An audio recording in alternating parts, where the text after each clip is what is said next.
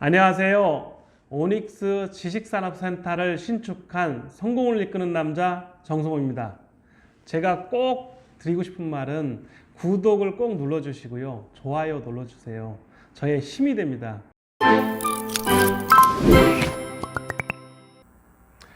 안녕하세요. 2020년 부동산 전망 제5탄 규제의 역설에 대해서 말씀드리겠습니다.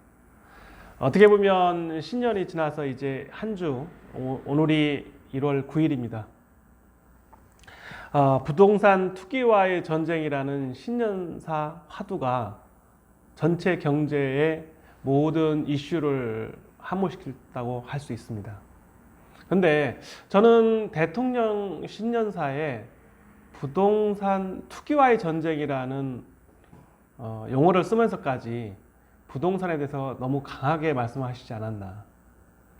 저는 회사를 20년 하면서 그 정도라면 사실은 제가 회사고 만약에 입장이 바뀌었다면 회사의 과장이 할 일을 어떻게 보면 사장이 앞서서 얘기한 거와 비슷하다고 생각합니다. 우리나라에는 부처도 많고 국토교통부의 차관 이하 서기관급에서도 충분히 알 수 있는 이슈고, 이거는 보고 형식으로 올라와서 얼마든지 규제가 가능한, 또는 규제하지 않더라도 공급을 늘린다면 이거는 어쩌면 조금 더 경제적 정책이 맞아떨어지지 않을까. 갑자기 부동산이 오른다, 이거는 좀 말이 안 됩니다. 부동산이 오른다, 아니면 아파트 값이 오른다, 이것은 2017년 이후 18년부터 계속 나온 어쩌면 경제 수치에서 아니면 부동산 전망에서 규제가 계속해서 나오다 보니 공급 물량은 없고 기존의 다주택자 아니면 부동산을 가지고 있는 사람들이 내놓지를 않았어요. 세금이 무서워서. 저는 20년 동안 실물경제에서 사업을 했습니다. 돈을 꾸려다닌 적이 한두 번이 아닙니다. 제가 가지고 있는 부동산을 담보로 대출을 받기 위해서 많은 노력을 했습니다. 대출이요? 어렵습니다. 직원은 월급 주기 위해서 수출 물량을 받았는데 자재 살 돈이 없어서, 아니면 회사를 하다 보면 무수히 많은 소송도 있습니다. 직원과의 갈등도 있습니다. 직원의 복지를 위해서 뭔가 집을 사야 된다고 할 때가 있습니다. 아니면 뭐 전세, 아니면 서울로 월세를 살아야 되는데 보증금이 없다고 할 수도 있습니다. 회사는 계속해서 직원은 100명씩 늘어나고 그때마다 사연 없는 직원 없습니다. 저희 조립라인에서 일하신 주부사원들, 어떤 분들은 남편이 망해서 신용불량자였습니다. 어떤 분은 남편이 직업이 괜찮아도 불안하니까 와서 조립라인에서 일을 하셨습니다. 제조를 한다는 거, 그거는 남의 눈물을 함께, 아니면 남의 삶의 고통을 함께 공유했던 적이 한두 번이 아니었습니다. 규제라는 것이 어쩌면 정말 필요한 사람에게는 규제 때문에 대출을 못 받는 경우가 한두 번이 아니었습니다. 저는 실물경제를 하면서 규제 나올 때마다 그런 생각을 했습니다. 정말 모르고 규제를 한다. 규제를 너무 일방적으로 한다. 이게 물꼬를 터놓으면서 규제가 있어야 되는데, 아니면 정책 중에 아파트 값이 오른다면 아파트 공급 물량을 늘리든가, 세금만 이빠이 때리지 말고 세금도 적당한 수준에서 한다면 얼마든지 돈이 급한 사람 내놓을 수 있습니다. 또 다주택자가 됐던 부동산을 많이 소유하신 분들은 돈을 돌려야 됩니다. 근데 돈이 회전을 하지 못하게 하고 있어요. 그리고 돈의 집중화가 너무 심하고 또 팽창하다 보니까 이게 심각한 문제가 자꾸 생기는 거예요. 서울에 집중화되는 거 늘 말씀드렸습니다. 그리고 3도심의 안에, 4대문 안에, 아니면 강남 안에, 아니면 여의도 영등포 안에. 그리고 7부도심이 있습니다. 지금 엄청 오르고 있어요. 용산, 목동, 송파, 뭐 할 것 없습니다. 뭐 창동, 청량리, 뭐 서울 지역이 모두 오르고 있습니다. 특히 또 일자리 하는 지역 많이 부동산이 오르고 있습니다. 일자리 하는 곳에 투자하면 부자 된다고 했습니다. 왜? 투자를 해줘야만 일자리도 생기는 겁니다. 그러면 신년사 화두에 규제만 외칠 것이 아니라 전쟁을 선포하듯이 얘기할 것이 아니라 다른 사람도 먹고 살아야 됩니다. 자, 지방자치단체 세수 없습니다. 취등록세 이거 지자체 재원에 상당히 도움이 됩니다. 그런데 국가에서는 양도소득세 세게 매기면 국세니까 뭐 큰 문제가 없다고 볼 수 있을 거예요. 언젠간 팔 거라고 생각하니까. 하지만 지자체 세수 부족 아니면 지금 막말로 실물 경제하는 분 중에 세무조사 안 당하는 분 별로 없을 겁니다. 나라에 돈이 없다는 증거거든요. 그러면 언론에서는 무조건 가진 자 아니면 극과 극으로 만들고 있습니다. 저희 나라 지금 심각한 사항이 많습니다. 정치, 계층 갈등, 지역 충돌, 대변수로는 미국 문제, 북한 문제, 경제요? 대내적으로요?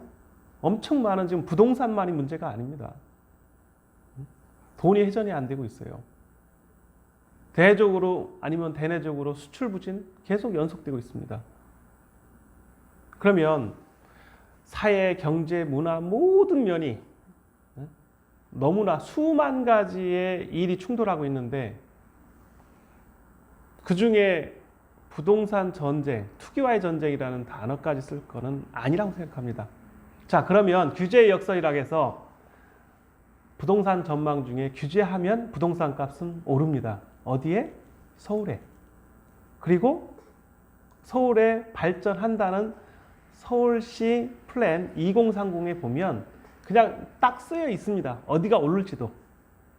또 이렇게 공급이 부족한데 규제만 일관한다면 누구도 거래를 하지 않습니다. 거래 절벽입니다.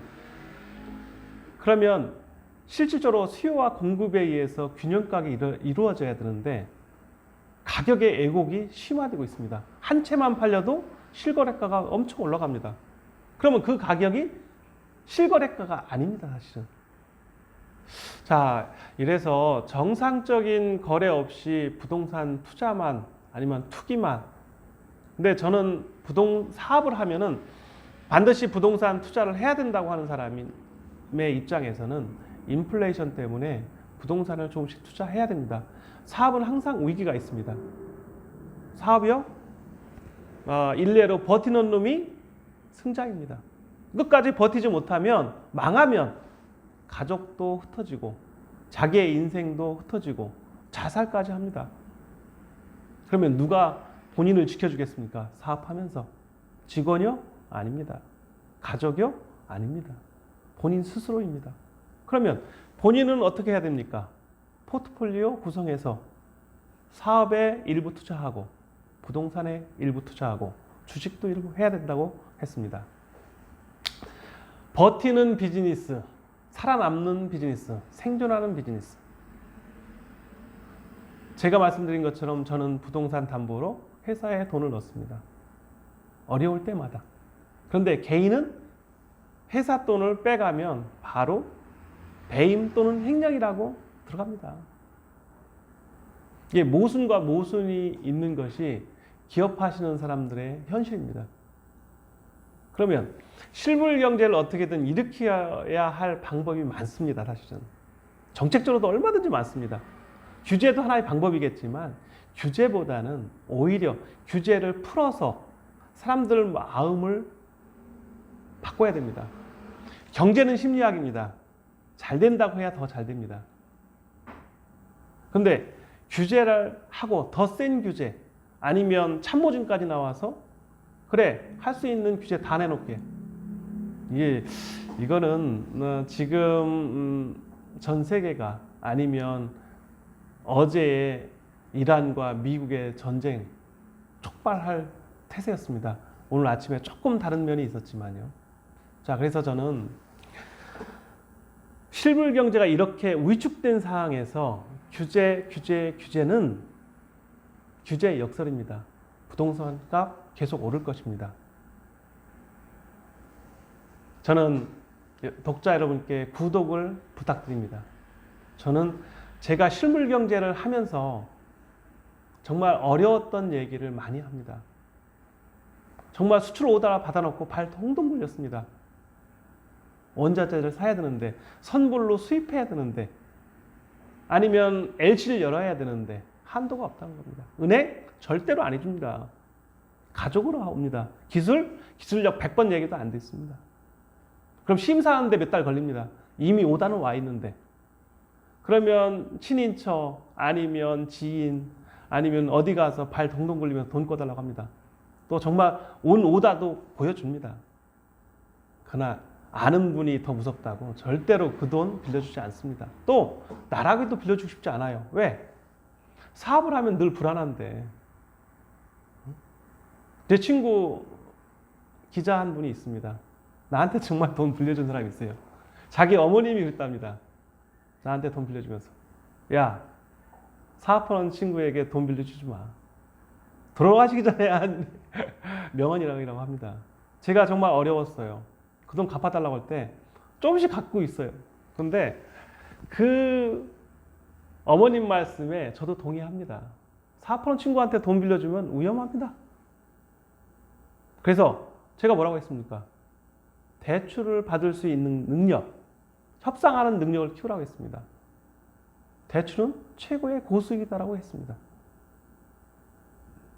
자, 지금 위대한 한국의 그 경제인들, 정주영 회장님, 이병철 회장님, 김우중 회장님, 뭐 조중현 회장님, 이런 기라성 같은, 아니면 박태준 회장님, 이런 분들이 지금 한국 경제의 기반을 일으키셨습니다. 그분들 거꾸로 말하면 부동산 부자입니다. 집에 큰 집을 사서 아니면 지어서 가지고 계시고, 회사 엄청 큰 땅을 가지고 계십니다. 그러면 공중 위에 회사를 할 수 있는 것은 아니지 않습니까? 땅에다가 땅이 있어야 일어서죠. 그러면 그분들이 바보라서 뭐 저거 했겠습니까? 그러면 대기업 오너를 아니면 성공한 분들의 얘기가 아니고, 우리도 모두가 경제인이고 하루하루를 버티고 살고 있습니다. 자영업자 계속 망하고 있습니다. 수치 너무 안 좋습니다. 단순히 규제 아니면 강남 부자 아니면 투기꾼으로 몰아서 이렇게 할 것이 아닙니다. 저는 제 오탄 규제의 역설이라고 말씀드리는 것은, 규제를 하면 할수록 부동산 값은 상승합니다. 풍선효과 있습니다. 가장 우려되는 건 풍선효과, 그리고 집중화. 자, 오닉스 지식산업센터 신축한 지 얼마 안 됐습니다. 그러면 아파트 신축값 엄청 오르고 있습니다. 왜? 구건물보다 신축이 낫거든요. 그리고 오닉스 지식산업센터 신축했습니다. 값 올라갑니다. 왜? 신축이 올라가면 따라서 뭐 20년 된 건물도 올라가고, 또 재개발, 재건축할 값도 올라갑니다. 고무줄과 같습니다. 따라갑니다. 그리고 집중화됩니다. 서울, 그 다음에 역세권, 뭐 하루라도 빨리. 자, 규제가 계속하면 조정장세는 있을지 모르지만 결론은 공급 없으면 계속 오른다. 그래서 규제의 역설에 대해서 오늘 말씀드렸는데요. 저는 규제보다는 오히려 다 같이 먹고 살 수 있는 일자리, 그 다음에 기업은 투자할 수 있는 분위기, 규제를 최소화해서 기업들이 조금이라도 더 투자하고 고용을 늘려줘야만 일자리가 창출되는 겁니다. 공공 일자리보다 민간에서 고용하는 것이 훨씬 더 양질의 일자리입니다. 공무원 숫자 늘린다고 해서 아니면 세금을 더 걷기 위해서 똑똑한 세무 공무원을 더 늘린다고 해서 아니면 마음에 안 든다고 해서 경찰이나 검찰이 고소해서 그런 거보다는요. 잘 살게 해주면 불만 없습니다. 사업하시는 분들 정말 어렵습니다. 그래도 이 어려운 시기에 부동산에 대해서 관심을 가져주시고요. 적은 돈이라도 투자하시길 바랍니다. 저 사업할 때 부동산 투자하기가 정말 힘들었습니다. 그래도 했습니다. 왜? 나이 드신 분들이 너 언제든 망할 수 있어. 저 가슴에 와닿습니다. 정말 위기 때 아니면 회사가 정말 부도난 직전까지 갔을 때 그나마 끈으로 잡고 있었던 것이 부동산이었습니다. 그래서 지금도 잊혀지지 않습니다. 우리은행 본사에 들어가서 큰 소리 쳤습니다. 다 가져가. 그 대신에 다 팔아 가져가. 그러고 남을 거야. 100억 이상 얼마든지 한 180억 너들 다 가져갈 수 있어. 그러면 신용으로 남은 20억 정도 알아서 해. 저 큰 소리 쳐봤습니다. 근데 그때 생각하면 눈물이 나는데요. 그때 그래도 엉덩이 깔고 아니면 사무실에 앉아있던 땅들이 아니면 그나마 조금씩 위험해서 부도나면 어떻게 하는 불안감 때문에 일부 투자했던 부동산이 효자였던 겁니다. 그래서 저는 부동산 투자 지금은 규제의 역설 때문에 올라갈 것입니다. 조정장세에 있을 겁니다. 그래도 조금이라도 자기가 1,000만 원이든 5천만 원이든 1억이든 10억이든 자기 규모에 맞게 부동산 투기를 하라는 것이 아닙니다. 사업을 하면 자신을 지키기 위해서 부동산에 관심을 가져주시기 바랍니다. 감사합니다.